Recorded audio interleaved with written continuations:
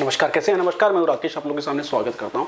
उम्मीद करता हूं आप सभी लोग बहुत अच्छे होंगे। दूसरा लेक्चर आप लोगों के सामने है डीएसएसबी के जो ऑनलाइन एग्जाम हो रहे हैं उसके जीएस के प्रीवियस ईयर क्वेश्चन में टॉपिक वाइज करा रहा हूं। एंशिएंट हिस्ट्री से पिछली बार मैंने जो एक प्रकार से पाषाण काल के टॉपिक से जितने भी क्वेश्चन आए थे वो कराया था। आज हम उससे आगे बढ़ेंगे और बहुत इंपॉर्टेंट क्वेश्चन देखने की और कोशिश करेंगे। कराने का तरीका थोड़ा सा डिफरेंट है। थोड़ा डिफरेंट इसलिए बिकॉज फॉर्मेलिटी नहीं होगी, और तेजी से चीज़ें आगे की ओर बढ़ेंगे। मुझे लगता है कि आज जितने हम क्वेश्चन देखेंगे, मुझे लग रहा है 50 क्वेश्चन होंगे। समय देख लीजिएगा कितना लगता है। लेकिन हाँ, चीज़ें इस तरह से पढ़ाई जाएंगी जैसे आपने अपने नोट्स बना रखे। जैसे मुझे लगता है कि मैंने शायद अपने नोट्स की तरह लिखा है इसको। बस नोट्स ऐसे ही बनते हैं कि बस चीज़ें याद रहें और धड़ धड़ धड़ करते रहना है। इंडस वैली सिविलाइजेशन में से हम आज क्वेश्चन करेंगे। डीएसएसबी ऑनलाइन एग्जाम में तो ठीक है, केवीएस पीआरटी में भी, टीजीटी में भी जीएस पोर्शन जो भी आता है स्ट्रैटेजी के का बहुत ही ज़बरदस्त तरीके से यहाँ से कवर चीज़ें होती हैं। और ये क्वेश्चन लगातार कई परीक्षाओं में पूछे गए हैं। सीधे सीधे हैं, ज़्यादा समय इसमें वेस्ट नहीं करना है। तो चलिए चीज़ों को लेकर शुरू करते हैं। अंत तक देखेंगे तो ही फायदा होगा। कम समय में गारंटी है, इतनी कम समय में इतने अच्छे क्वेश्चन, इतने ज़्यादा क्वेश्चन कम जगह देखने को मिलेंगे। और ये क्वेश्चन इतना ही समय के लायक भी है। मैं बता दूं आपको, बहुत ज़्यादा कुछ है नहीं, क्योंकि स्ट्रेट क्वेश्चन है, समझने वाले क्वेश्चन नहीं है ये। मतलब कि बहुत इसी ज़्यादा मगअप करने वाले टॉपिक्स हैं। ठीक है, जब हम थ्योरेटिकल लेक्चर लेंगे तो थ्योरेटिकल में पूरा कंसेप्चुअल डिटेल में बात करते हैं, वो लेक्चर अलग होते हैं। यहाँ सीधे सीधे चोट करनी है प्रश्न के ऊपर। तो क्वेश्चन आप लोगों के सामने है, मुझे थोड़ा सा समय दीजिए एडजस्ट करने में। पहला था कि सिंधु सभ्यता गैर आर्य क्यों बोली जाती है। इंडस वैली सिविलाइजेशन जो है उसको डॉक्टर स्वरूप जो है वो आर्यन बोलते थे, लेकिन वो इसके ऊपर बहुत नेगेटिव चीज़ें कई हाइपोथेसिस समझ के आई कि शायद ये पूरे चांसेस है कि ये आर्यन सभ्यता तो नहीं थी। आर्यन सभ्यता की जो सबसे बड़ी खूबी थी कि वो बेसिकली ग्रामीण सिविलाइजेशन से जुड़े थे। आर्यंस में नगरीकरण नहीं हुआ था, अर्बनाइजेशन नहीं हुआ था, जबकि इंडस वैली सिविलाइजेशन में आप अर्बनाइजेशन देखेंगे, शहरीकरण। अपनी शहरी व्यवस्था के लिए तो फेमस ही थी ये। इसीलिए इसी रीजन की वजह से ये आर्यंस वाली सभ्यता नहीं बोली जाती है। मतलब इसके जो नागरिक थे वो आर्यन नहीं थे। ठीक, बेसिकली जो इंडस वैली सिविलाइजेशन की जो प्रजाति थी वो चार बड़ी प्रजातियों का मिक्सचर थी। मतलब वो चारों के साक्ष्य मिलते हैं, चाहे वो प्रोटो ऑस्ट्रेलियाइड हो, जिनको आप काकेशियन बोलते हैं, अल्पाइंस हो या मैंगलॉइड्स हो, ये सारे थे उसमें। ठीक है, नेक्स्ट है जुता हुआ खेत। इसका साक्ष्य कहाँ मिलता है? हड़प्पा में। तेजी से सब रटते जाना है। जुता हुआ खेत, हड़प्पा। ठीक, अब कुछ शहरों का है ना, कि किस शहर के पास कौन सी नदी या किस नदी किनारे कौन सा शहर है। जैसे सिंधु नदी किनारे मोहनजोदड़ो है ना, हड़प्पा रावी नदी के तट पे। तो देखते हैं हड़प्पा किस पे है? रावी नदी। हस्तिनापुर गंगा। ठीक है, नागार्जुन कोंडा कृष्णा नदी दक्षिण में है। और पैठन गोदावरी, ये रिवर्स आपको आनी चाहिए। ठीक है, बहुत इंपॉर्टेंट। जैसे लोथल के पास भोगवा रिवर। ठीक है ना, ज़्यादा तक जो सिविलाइजेशन थी, जो सभ्यताएं थी, वो वहीं पे ही पनपी, जहाँ नदियाँ थी, तभी तो जीवन चल पाएगा ना। आज भी देखिए जो नॉर्दर्न प्लेन्स हमारे उत्तर भारत के जो विशाल मैदान हैं वो नदियों से बने हुए हैं। गंगा, जमुना, उसके बाद पंजाब में बहुत सारी नदियाँ हैं। और वहीं पे जनसंख्या का घनत्व भी बहुत ज़्यादा है। आप देखेंगे 25 करोड़ यूपी में, 15 करोड़ बिहार में, फिर 15 करोड़ आगे बंगाल में। तो ये क्यों है? बिकॉज वहाँ नदियाँ बहुत ज़्यादा थी, इसलिए मैदानी इलाका था, इसलिए वहीं रहते हैं। ठीक है, ये हो गया क्वेश्चन। अब देखो कितने क्वेश्चन हो गए। नेक्स्ट की ओर चलेंगे। विशाल स्नानागार कहाँ मिले हैं? विशाल स्नानागार मोहनजोदड़ो। ठीक, अब देखिए नगर नियोजन। नगर नियोजन ये वर्ड है, इससे आपको ध्यान रखना होगा कि इंडस वैली सिविलाइजेशन बेसिकली अपनी अर्बन प्लानिंग के लिए जानी जाती थी। जो उनके नगर थे, उनकी प्लान्ड सिटीज़ थी इंडस वैली सिविलाइजेशन में। इंडस वैली सिविलाइजेशन के बारे में बता दूं, सिंधु घाटी सभ्यता जिसके बोलते हैं, इसको कांस्ययुगीन सभ्यता ही बोलते हैं, इसको सैंधव सभ्यता ही बोलते हैं, इसको प्राग ऐतिहासिक सभ्यता ही बोलते हैं। प्राग ऐतिहासिक सभ्यता का मतलब क्या होता है? प्राग ऐतिहासिक का मतलब क्या होता है? प्री हिस्टोरिक, मतलब इतिहास का वो काल जो हिस्ट्री से पहले का है। किस काल को हिस्ट्री बोलते हैं और किस काल को प्री हिस्ट्री बोलते हैं? मतलब जिस काल में आपको लैंग्वेज, जिस काल की या जिस समय की भाषा का आपको पता लग जाए कि ये क्या लिखा हुआ है, उस पीरियड को हिस्ट्री में कंसीडर किया जाता है। और जिस समय की भाषा को आप पढ़ ना पाएं, उस पीरियड को प्री हिस्टोरिक पीरियड माना जाता है, मतलब इतिहास से पहले का समय। तो सिंधु घाटी सभ्यता इतिहास से पहले का समय है, बिकॉज उसकी भाषा आज तक नहीं पढ़ी जा सकी। चित्रात्मक लिपि है वहाँ की, चित्रात्मक भाषा है। बोस्ट्रोफेडन जो लिपि है, लिखने का स्टाइल है, ऐसे लिखते हैं, फिर ऐसे लिखेंगे, फिर यहाँ से ऐसे लिखेंगे, फिर ऐसे लिखेंगे ना, बोस्ट्रोफेडन होता है। और चित्रात्मक है, आज तक पढ़ी नहीं जा सकी है, इसीलिए इसको प्राग ऐतिहासिक या प्री हिस्टोरिक बोलते हैं। कांस्य युगीन नहीं बोलते, बिकॉज कांसे का यूज ये लोग करते थे। इसके बाद आपको देखेंगे सिंधु सभ्यता भी इसको बोला जाता है, या सिंधु घाटी सभ्यता भी इसको बोला जाता है, बिकॉज सिंधु नदी किनारे इसके बड़े शहर थे। ठीक है, अभी देखो इसमें ज़्यादातर देखो 10 लाख स्क्वायर किलोमीटर के एरिया में ये इंडस वैली सिविलाइजेशन फैली हुई थी। फटाफट फैक्ट बता दूं, और करीब करीब त्रिभुजाकार थी, त्रिभुजाकार।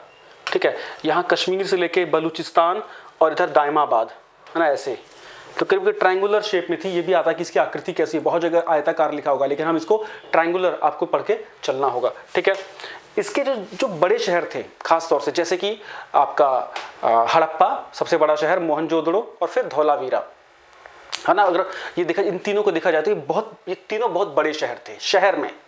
इसके अलावा जो बाकी शहर थे वो छोटे छोटे थे, वो ग्रामीण टाइप के थे, लेकिन ये 3 बड़े शहर। तो मतलब इससे पता लगता है कि भाई ये शहरीकरण इस काल में था, इसीलिए इसको नगर नियोजन कि ये प्लान्ड सिटीज़ थी इसमें, इसीलिए इसको नगरीय सभ्यता का नाम भी दिया जाता है। इसमें आप एग्जांपल लगा सकते हैं कि पूरी गलियां होती थी, ईंटों की गलियां होती थी, नालियां होती थी, साइन बोर्ड वहाँ देखने को मिलते हैं। जो शहर हुआ करते थे वो मेनली 2 भागों में होते थे, ऊंचा एरिया सिटाडल्स और एक दूसरा थोड़ा लो लैंड। ऊंचे एरियो में जो बड़े व्यापारी वर्ग के लोग रहते थे, बड़े प्रभुत्वशाली लोग रहते थे। लो लैंड में कृषक समाज रहता था, खास तौर से जो धातु कर्म के भी कार्य करते थे, वो लोग मजदूर लोग रहते थे, सीधी बात है ना। जो मकान होते थे वो 2-2 मंजिल तक के बने हुए होते थे। जो उनकी मेन एंट्रेंस होती थी वो पीछे साइड से निकलते थे, है ना। आज भी आप जो गाँव में देखते हैं कि घर में चारों तरफ कमरे बने होते, बीच में आंगन होता है, वो इंडस वैली सिविलाइजेशन में वैसी ही व्यवस्था थी। ठीक है, नालियाँ पक्की हुई ईंटों की थी, सड़कें कच्ची ईंटों की थी, इस टाइप। तो ये सारे फिगर्स आपको याद रखने हैं। ठीक, अब आगे चले, ये जगह कहाँ पे हैं, जैसे आलमगीरपुर ये है मेरठ में, याद रखिएगा इसको। ठीक, बनवाली ये है हिसार में, हरियाणा में। ठीक, बनवाली बहुत इंपॉर्टेंट है, घग्गर नदी के पास ये बनवाली है।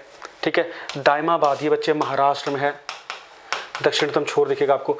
राखीगढ़ी, राखीगढ़ी ये आपको राखीगढ़ी, मुझे थोड़ा सा रिकॉल करने दीजिए। राखीगढ़ी आई थिंक मुझे एक बार दोबारा से क्रॉस चेक शायद करना पड़ेगा। राखीगढ़ी इसका शायद राजस्थान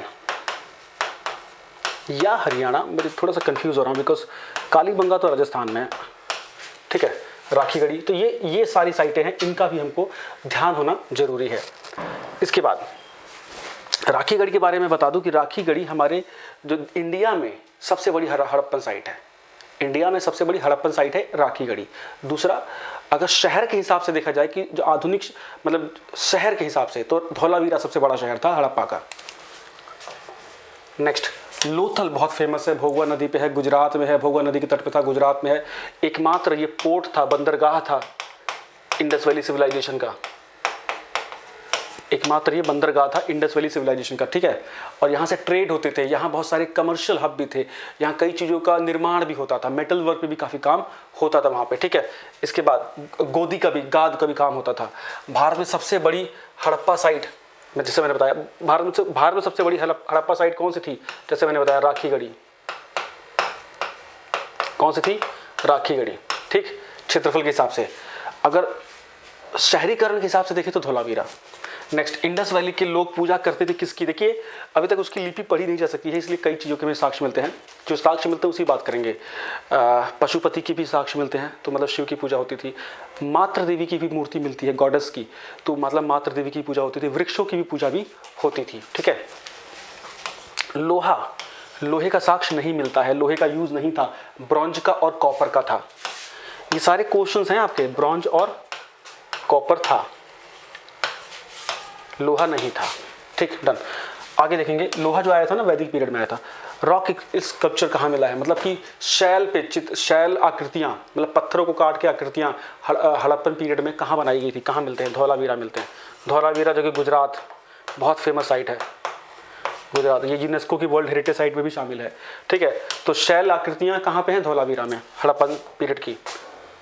नेक्स्ट अगर देखेंगे, किस पशु के अवशेष नहीं मिल रहे हैं, गाय के नहीं मिलते हैं, गाय के अवशेष नहीं मिलते, रिमेन्स नहीं मिलते हैं।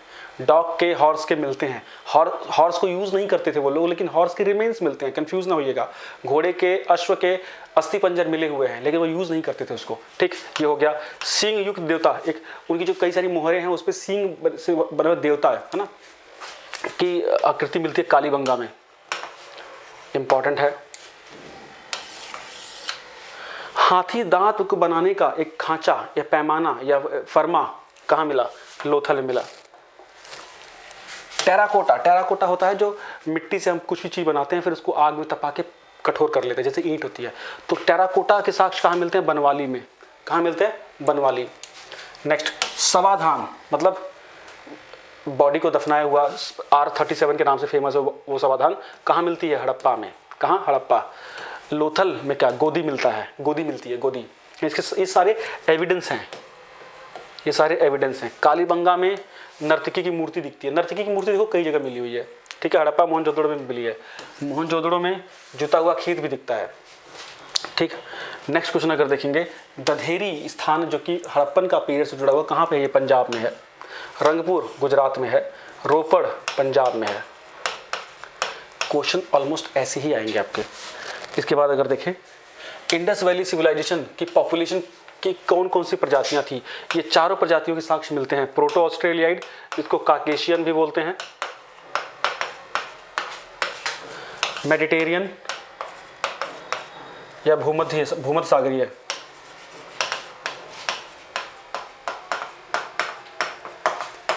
अल्पाइन और मैंगलॉइड, ठीक है। चैनल पे नए हैं तो सब्सक्राइब जरूर कर दीजिएगा और ये पीडीएफ मिलेगी टेलीग्राम में, ताकि आप लोगों को थोड़ा सा याद करते समय इसको देख सके पीडीएफ को। सबसे बेस्ट तो यह है कि लिख लीजिएगा जो चीज़ नहीं आती हैं, क्योंकि 50 क्वेश्चन से भी अधिक क्वेश्चन हो गए हैं। शेप कैसी थी? जैसा मैंने शेप बता दिया आपको, शेप इसकी ट्रायंगुलर थी, ठीक है। ट्रायंगुलर शेप थी। 10 लाख स्क्वायर किलोमीटर। शहरों का वर्गीकरण बेसिकली अगर इसके शहरों को बांटे तो किसमें? हाई मतलब कि बड़े शहर, उसके बाद लो लैंड्स एरिया और कोस्टल एरियाज, इनमें 3 भागों में इसको बांट सकते हैं। तटीय शहरों में और नॉर्मल दो अलग अलग प्रकार के शहरों में। तो 3 बड़े हिस्सों में इसको हम बांट सकते हैं। उसके बाद अन्नागार, ग्रेनरीज, 12 कमरों की बड़ी ग्रेनरीज हड़प्पा में। यूनिकॉर्न, यूनिकॉर्न की मोहर कहाँ मिलती है? हड़प्पा। हाथी, गैंडा, टाइगर, हिरण, भेड़ की आकृति मोहरों पे बनी हुई मिलती है। सील्स पे मोहरों पे इनकी आकृति मिलना कहाँ पे? हड़प्पा में साक्ष्य मिल रही है। मोहनजोदड़ो से क्या क्या मिला है? नर्तकी की मूर्ति, मातृ देवी की प्रतिमा, पशुपति की मूर्ति, हाथी की हड्डियाँ, ठीक है। महान स्नानागार तो है ही। चान्हूदड़ो जो कि मोहनजोदड़ो से 130 किलोमीटर नीचे है, वहाँ वो क्या था? उस एरिया का इंडस्ट्रियल हब था। वहाँ चूड़ी के कारखाने, बीड्स के कारखाने, लिपस्टिक के कारखाने देखने को मिलते हैं, इंपॉर्टेंट है। लोथल मैंने बता दिया, धान की भूसी मिली है, धान की भूसी मिली है बलूचिस्तान में भी, ठीक है। उसके मेहरगढ़ मतलब मेहरगढ़। धातु का मेटलर्जी के साक्ष्य मिलते हैं, गहने बनाने के साक्ष्य मिलते हैं, बीड्स बनाने के साक्ष्य मिलते हैं, मतलब मन के। टेराकोटा वर्क मिलता है, खास तौर से हॉर्स का बना हुआ टेराकोटा, मतलब मिट्टी का पकाया हुआ टेराकोटा में हॉर्स बना हुआ है, ठीक है। ये पानी का जहाज बना हुआ है, शिप, ठीक है। ये हो गया। फिर धौलावीरा जो मैंने बताया था, वाटर मैनेजमेंट के लिए सबसे बेस्ट माना जाता है। धौलावीरा का वाटर मैनेजमेंट आज भी आप देखेंगे ना, रानी की वाव वहीं पे है। तो जल नियोजन के लिए सबसे ज़बरदस्त जगह कौन सी थी? धौलावीरा, गुजरात। फिर सुतकोटदा में घोड़े के अस्थि पंजर मिलते हैं। क्वेश्चन कई बार पेपर में पूछा जा चुका है। बताइएगा सेशन कैसा लगा। चैनल पर नए हैं तो सब्सक्राइब करिएगा। यूपी पीआरटी के लिए अगला लेक्चर आएगा आप लोग को, उसके साथ साथ यूपी पीसीएस का कंप्लीट सिलेबस को लेके और जो वैकेंसी आने वाली, उस पर बात करेंगे। क्या नया सिलेबस इंप्लीमेंट हो सकता है, बहुत सी बातें चल रही है मेंस के लिए, उस पर भी बात करेंगे। डीएसएसबी के अब तक जितने भी क्वेश्चन पेपर हुए हैं उनके हम जीएस को कंबाइन करके और सेग्रेट करके आपको कराने की कोशिश कर रहे हैं। उम्मीद करता हूँ लेक्चर अच्छा लगा होगा। Thank you, bye bye.